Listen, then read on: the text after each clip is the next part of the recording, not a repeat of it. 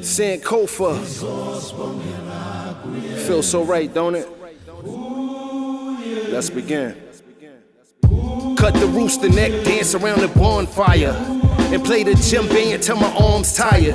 Pour the water, let the earth mother soak it up. Close your eyes, let the spirit take control of us. The summon that turn to Gabriel Prasa. Feeling like Yan Santiwa with a chopper. Fearless, cause I know that everywhere I go, the ancestors will be near us. Sankofa.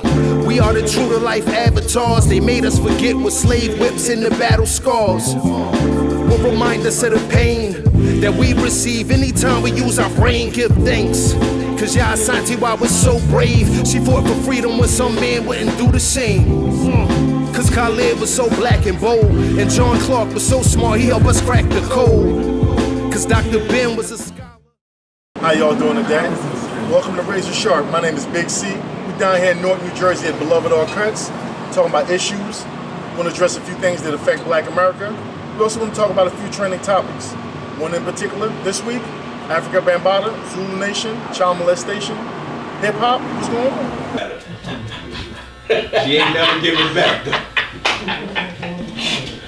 I had to tell my wife I got robbed.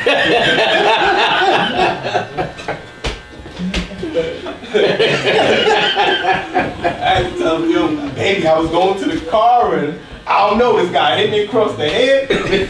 She's like, where the Good afternoon, y'all. Welcome to Razor Sharp. This is Big C. We down here at Beloved All Cuts, 81 Halsey Street, Newark, New Jersey. You know, we're talking about training topics, issues that affect Black America, affect America, period. Now, while we were down here, we were talking about the assessments and the accountability of politicians, councilmen, people in public office. Unfortunately, one of the factors that we neglected to bring to issue was the assessment and the accountability of our people. What's going on, y'all? This is Razor Sharp. I'm Big C, and I'm here with Lincoln. Okay. Well, this topic today we were discussing has to do with accountability, and the gentleman here has something he wanted to input. What do you wanted to say, Lincoln? So I teach here at Rutgers University, part of a program called Newark College Institute, and I run the program. I teach leadership and communication. And one of the things that I talk about with the students, and they're incoming freshmen into college, going to anywhere in the world, not just at Rutgers. And they're all Newark residents. But two of the things that we talk about when we talk about leadership is accountability and responsibility. And being accountable is making sure that we own our actions and our words. And so I think that those are, no matter how smart a person may be, no matter how mature a person may be, I find that even at all ages, they lack those two things. They're not accountable, they don't own up to what they say or do, and they're not responsible. That means they don't take proactive or reactive measures to correct or to make sure that what the outcome they want is achieved. Okay. So those are the two things I think that many of us are missing in our lives. And it's very easy for us to not be accountable in our society because, you know, you can file a lawsuit for anything, even when it's not really your fault, or when it's really your fault, and then you can blame someone else for it. So our society encourages a lack of accountability. So I think that when we talk about accountability and we're saying, why aren't people accountable, we still have to remember that these are individuals who grew up in a society has never held them accountable. They may have family members that never held them accountable. Especially men are not held accountable the same way as women are. Okay. So now, pardon me for 1 second. I hate to cut you off, Lincoln, but just to play devil's advocate, we live in a society which is now, moralistically, its morals have fallen. Everything's about profit margin. Everything's about revenue.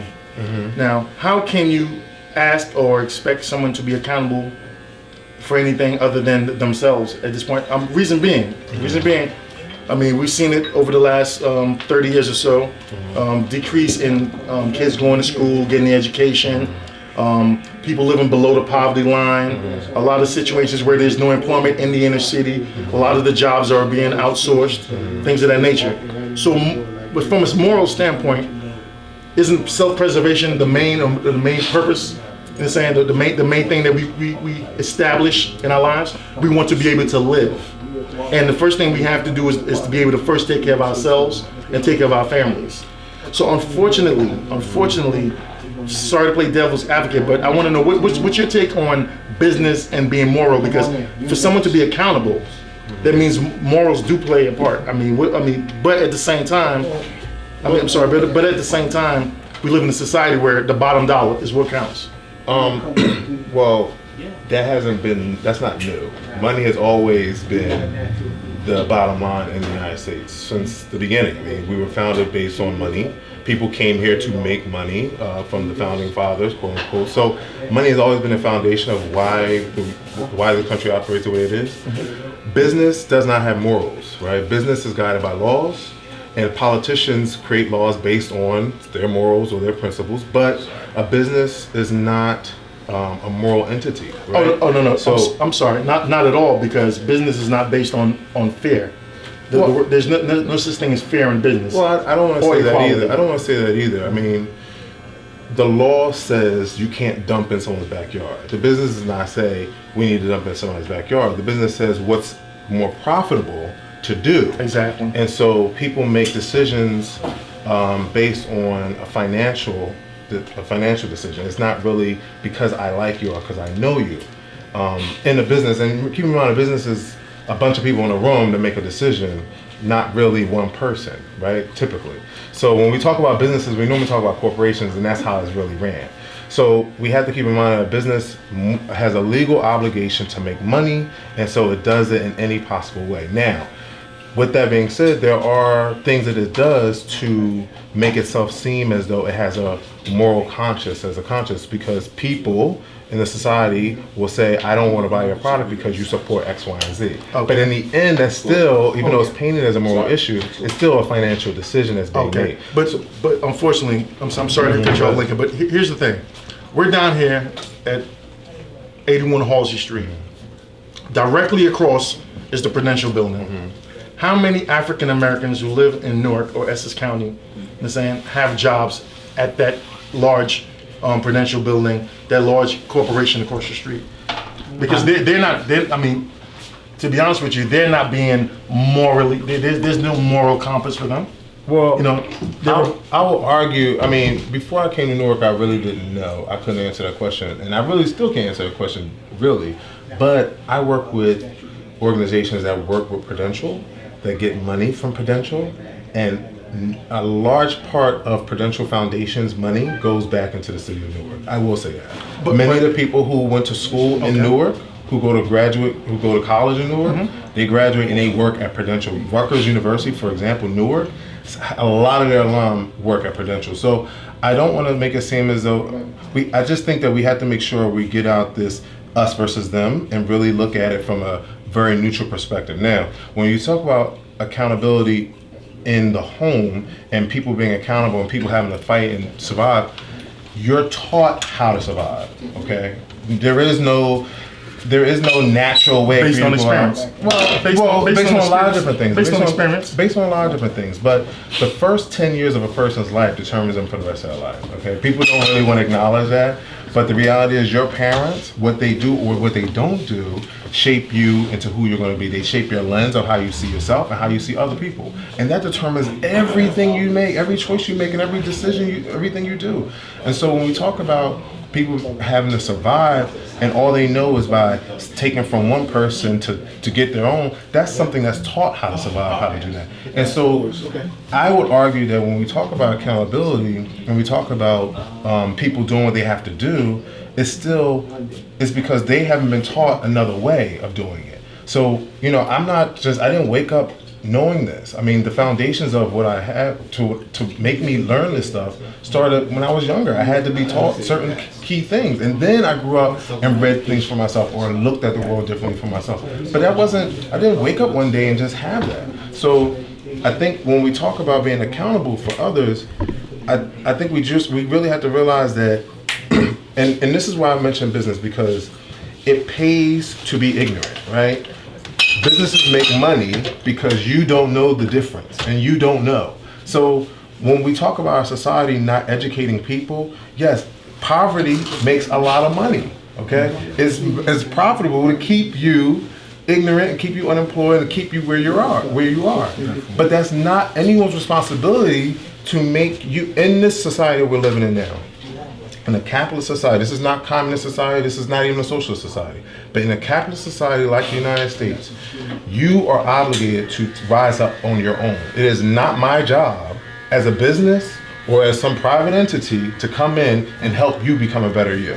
So when we talk about accountability, we have to keep that in mind that we are accountable for ourselves, and our parents teach us how to be accountable. How you doing? My name is Lincoln Farquharson. I'm with Rutgers University Newark, Newark College Institute. I'm here at Beloved Are Cuts, and I was giving my truth on Razor Sharp. Now, being the fact that trending topics are one of the main things we're going to discuss here, we're going to go into the Africa Bambaataa, Zulu Nation, child molestation allegations. Right now, what we know is people are talking, people are concerned, but no action has truly been done. We're talking about a situation that has gone on for 20-something, 30-something years, where someone who is considered a hierarchy in an organization that's pro-black turned out young boys, turned out grown men, manipulated and used his power and his influence in order to fulfill his sexual fantasies. Now, the accountability that's lacking in that situation is the same accountability that's lacking in government and politics and lacking in our own people. We're down here in Beloved Are Cuts. This is Razor Sharp. I'm Big C, and we're going to talk to the people. Of the Zulu Nation, this looked like a large gang called Black Spades.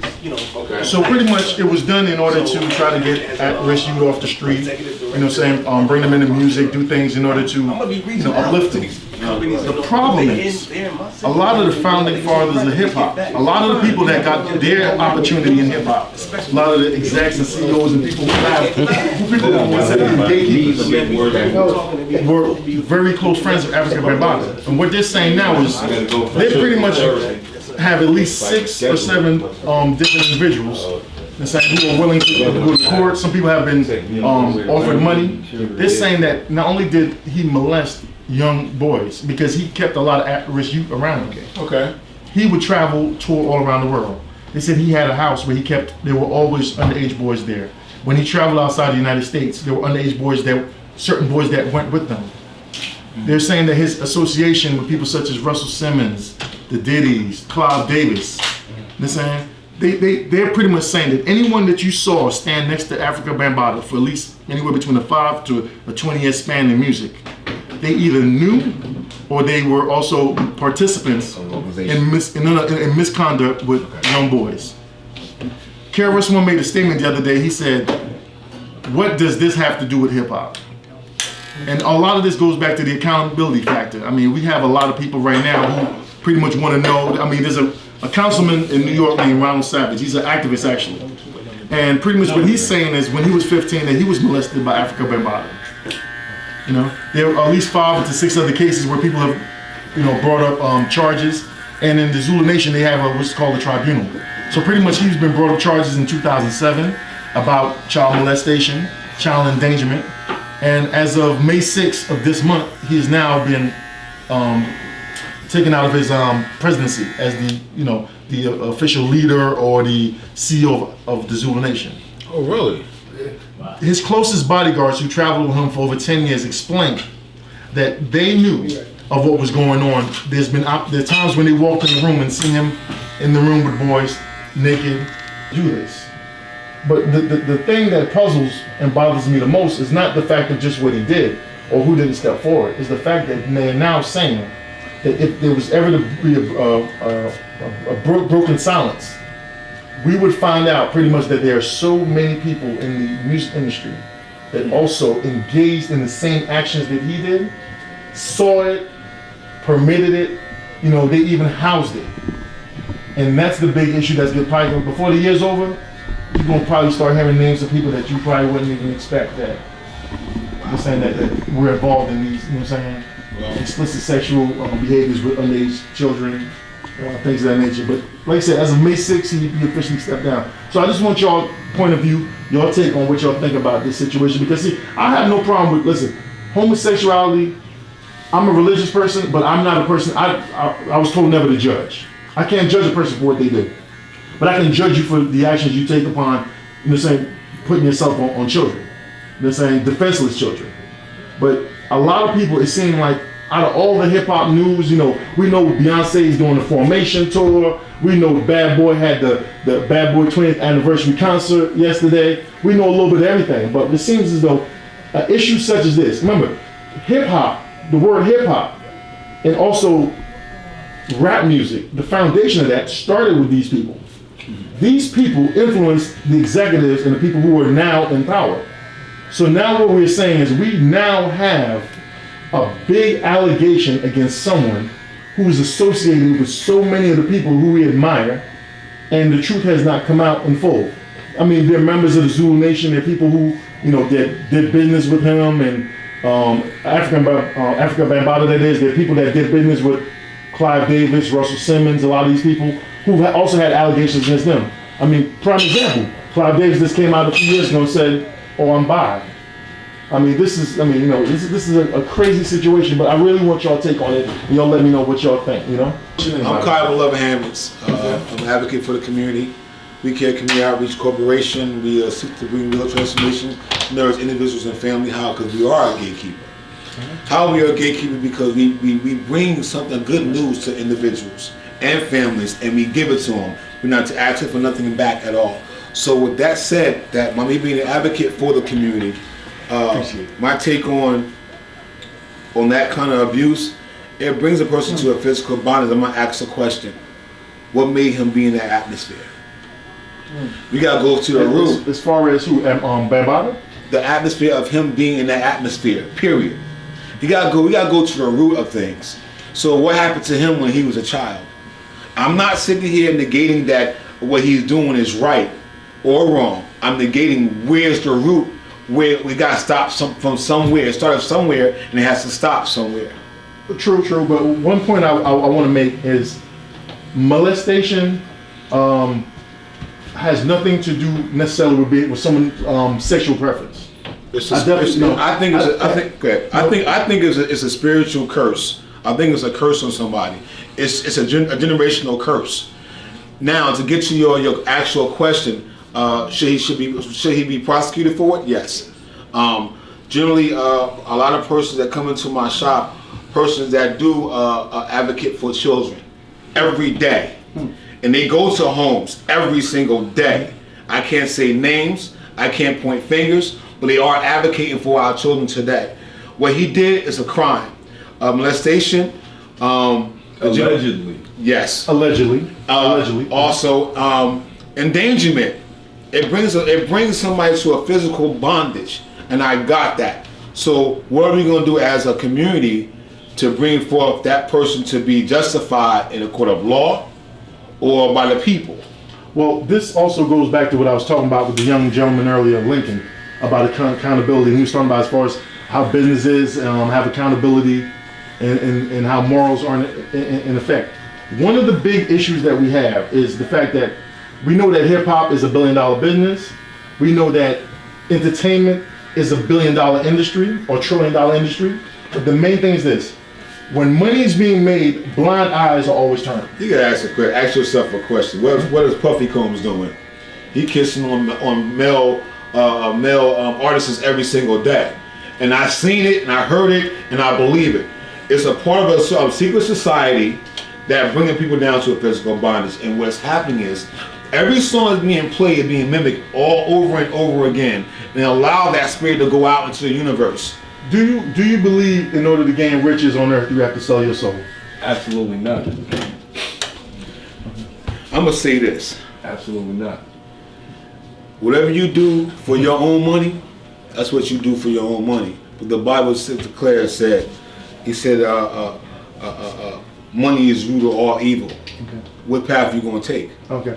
Now, I've always heard the terminology, they say, money makes money, talent doesn't make money. And I also heard that in order to make $1 million in this country, someone has to die, all right? You could be an apple farmer. Someone falls out the tree. The main question I want to ask you at this time is, do you believe in your heart of hearts that there are a lot of people, especially in the music or any other industry, are willing to sell their soul in order to get in their position? Yes. And turn a blind eye to things such as child molestation? I can't. No. Go ahead, Boogie. Because All right, now, bet. Oh, pardon me. What's your name, my man? My name is Leopold. Okay. Nice meeting you, brother. Pleasure. I believe that there are people out there that's willing to sell their souls. I believe that. I don't believe that you have to sell your soul to be successful. I'm successful. I'm God-fearing. I know where my energy, I know where my power comes from. So I begin with my higher power and I go to sleep with my higher power. I'm not saying I'm perfect. So let's not get that misconstrued. Oh, no one is. I'm not saying that I'm perfect. No one is. But at the same time, I know where it starts and I know where it ends. So I don't believe that you have to do certain things to accomplish certain things.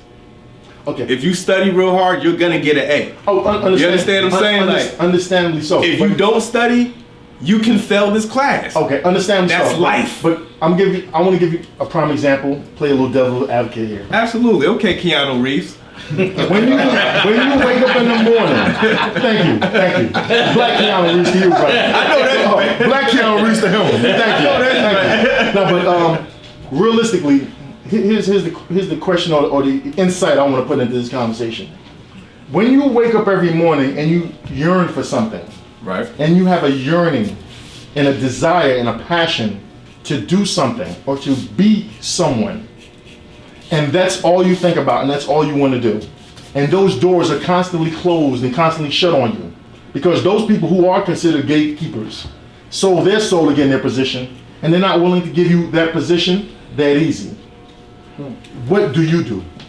You know what? I'm with No, reason I'm sorry to cut you off, but what you do right now that makes you successful, is it your passion or is it your gift? I'm gonna give you a better example. I like your example, but I'm gonna spin off on that. I saved you, D. I apologize. Every man is all men in the shop right now. All men. All men. All men. Right?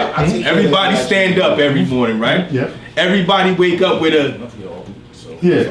supposedly that's the way it's supposed to be. Yeah. Flagpole. That's right. Flagpole. Every morning.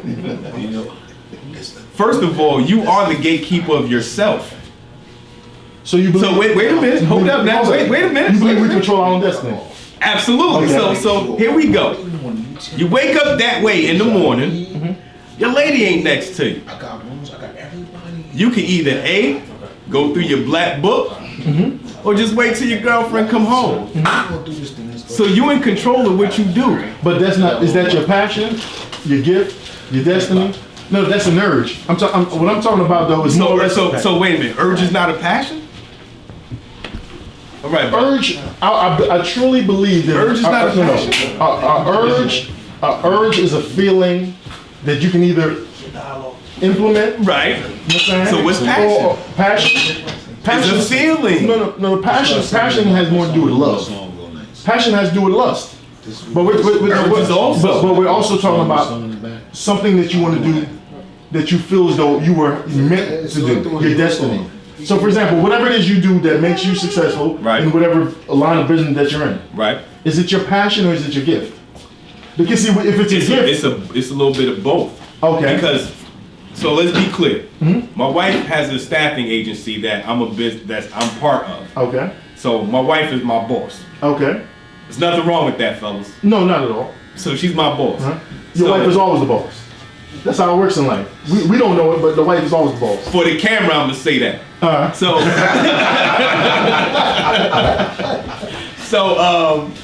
I have a restaurant now. Okay. My wife is my partner Okay. in the restaurant. So I'm actually her boss. Realistically, the restaurant is not my passion. Hold on, but he's gonna give us free food. Okay, location, please. It's He's giving out free food, everybody. absolutely not. The restaurant will be open on June the 15th. It's Okay. called Jerk and More Oh, Jamaican Cuisine free Jamaican. It's located- oxtail. Okay. on Brighton Avenue in East Orange. Okay. Message. Okay. So, Okay. so what I'm saying is that the staffing agency that she started, I'm a certified drug and alcohol counselor. My wife is a LPN. Okay. So we're both intertwined in the medical Exactly. field. So that's my passion, to help. My father's a pastor. So naturally, it comes from being in that household, it's just automatic for me to be in a position to help. Listen, so I say all that to say this. Hold on a second. The restaurant is not my thing. Okay, but I'm sorry to cut you off, but here's the thing. When you have a passion for something, when you feel as though you're passionate at something and something is your gift, a lot of times you do things like sleepless nights, early mornings, you spend money you don't have, you're in debt, you borrow, you earn for you yearn for knowledge. Here's the thing. I'm a firm believer that there's people that teach who, if they don't get a salary, they're gonna still come to work every day to teach these kids out here. But what if someone said to that person, the only way that you're gonna be able to teach or to get that teacher's degree or get that licensing is if you step over here and get on this couch and the rest is history. What if all you ever wanted to do in your life was to play to a large audience? You wanted your music to be heard. You wanted your talents to be showed. I mean, worldwide. Worldwide. So, what do you want to do? That means it starts with you. It starts with you. Let's be clear. The devil speaks to us every day through people, through manipulation, through everything that goes on around us on a constant basis. The first test that God gives you is to deny the devil. The day that you give in, you fail. You fail. So if the devil says to you, let's say that the devil speak through Timothy McDonald, just throwing a name out there. Timothy McDonald is the CEO of Shake That Ass Records. And Timothy McDonald's come to you and say, hey, look, your music is going to be played in Paris, in Kuwait, everywhere in the world. All you got to do is go on the couch. That's the devil. If all you ever wanted to do in your life was to hear your music played to the masses, and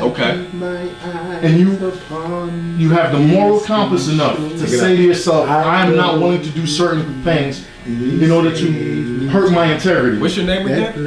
C. And you say, I already answered. You know what I'm saying? No. And you say, I'm not willing to do certain things to hurt my integrity. Right? And those doors continue to close.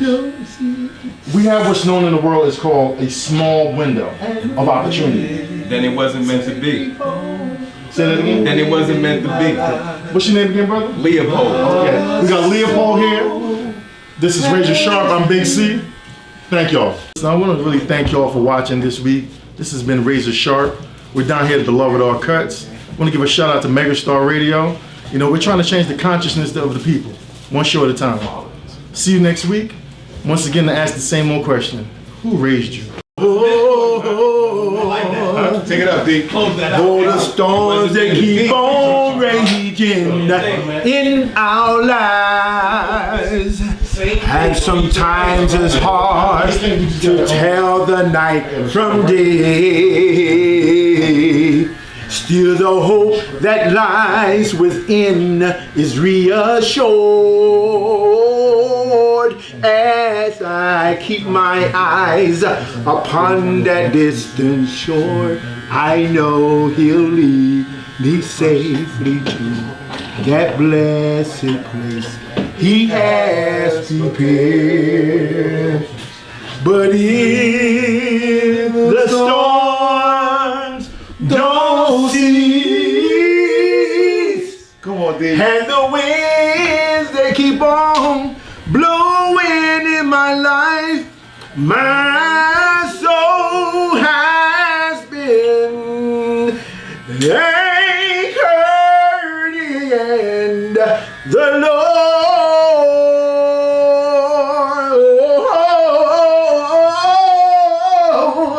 I realize that sometimes in this life we're gonna be tossed by the waves and the currents that seem so fierce. But in the Word of God, I've got an anchor, and it keeps me steadfast, and I move up despite the time.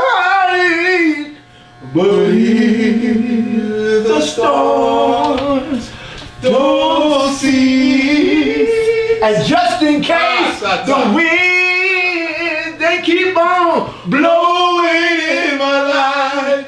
My